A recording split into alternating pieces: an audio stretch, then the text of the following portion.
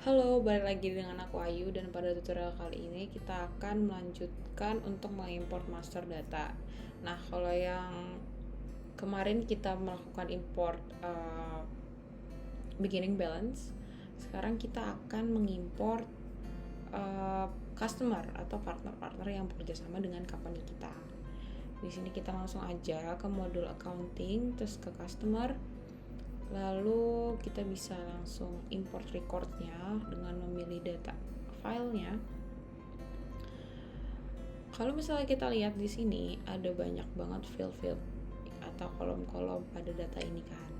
Terus kalau misalnya kita lihat untuk menginput atau membuat suatu customer baru, di sini ada beberapa field juga yang dibutuhkan seperti namanya, apakah customer itu merupakan suatu perusahaan atau tidak.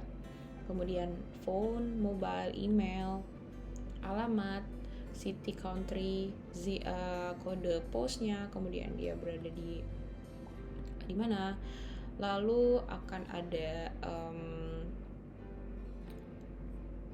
accounting entries-nya, yaitu akun-akun yang terlibat. Kalau di sini account receivable-nya itu adalah account piutang usaha yang sebelumnya sudah kita import, kemudian account payable-nya juga.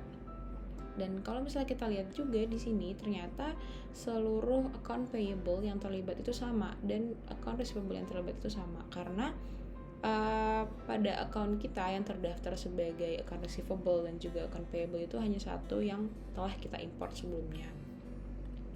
Kemudian di sini ada beberapa kolom yang sebenarnya tidak diperlukan untuk saat kita membuat customer gitu kan. Itu di sini ada fax karena fax itu kan dulu ya. Jadi sekarang kita udah nggak pakai fax, tapi kita lebih pakai mobile dan phone. Kemudian di sini juga ada supplier. Jadi kalau misalnya di UDU 12 itu dia dikategorikan sebagai is a vendor gitu kan. Tapi di sini kita karena customernya itu tidak meminta apakah dia merupakan sebuah vendor atau bukan, jadi kita tidak perlu mengimport kolom supplier. Kemudian yang internal reference ini pada UDU 12 juga ternyata masih ada kolom internal reference gitu, sedangkan di UDU 14 sudah tidak ada lagi internal reference. Kemudian untuk yang customer ini, karena kita membuat customer baru, pasti setiap baris ini akan dicatat sebagai suatu customer. Namun yang membedakan apakah customer tersebut merupakan suatu perusahaan atau bukan adalah di dalam field is a company. Kalau misalnya dia merupakan perusahaan, maka value yang diberikan adalah true, dan apabila tidak dia akan false, yaitu yang nantinya akan ditandai sebagai individual. Kemudian di sini kita tes dulu, ternyata data yang akan kita import ini sudah valid gitu kan. Lalu kita import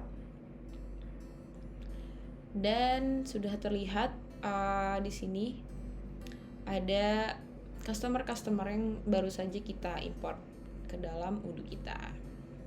Oke, sekian aja tutorial dalam mengimport customer. Dan selanjutnya kita akan melanjutkan untuk melakukan import master data pada video-video berikutnya. Terima kasih.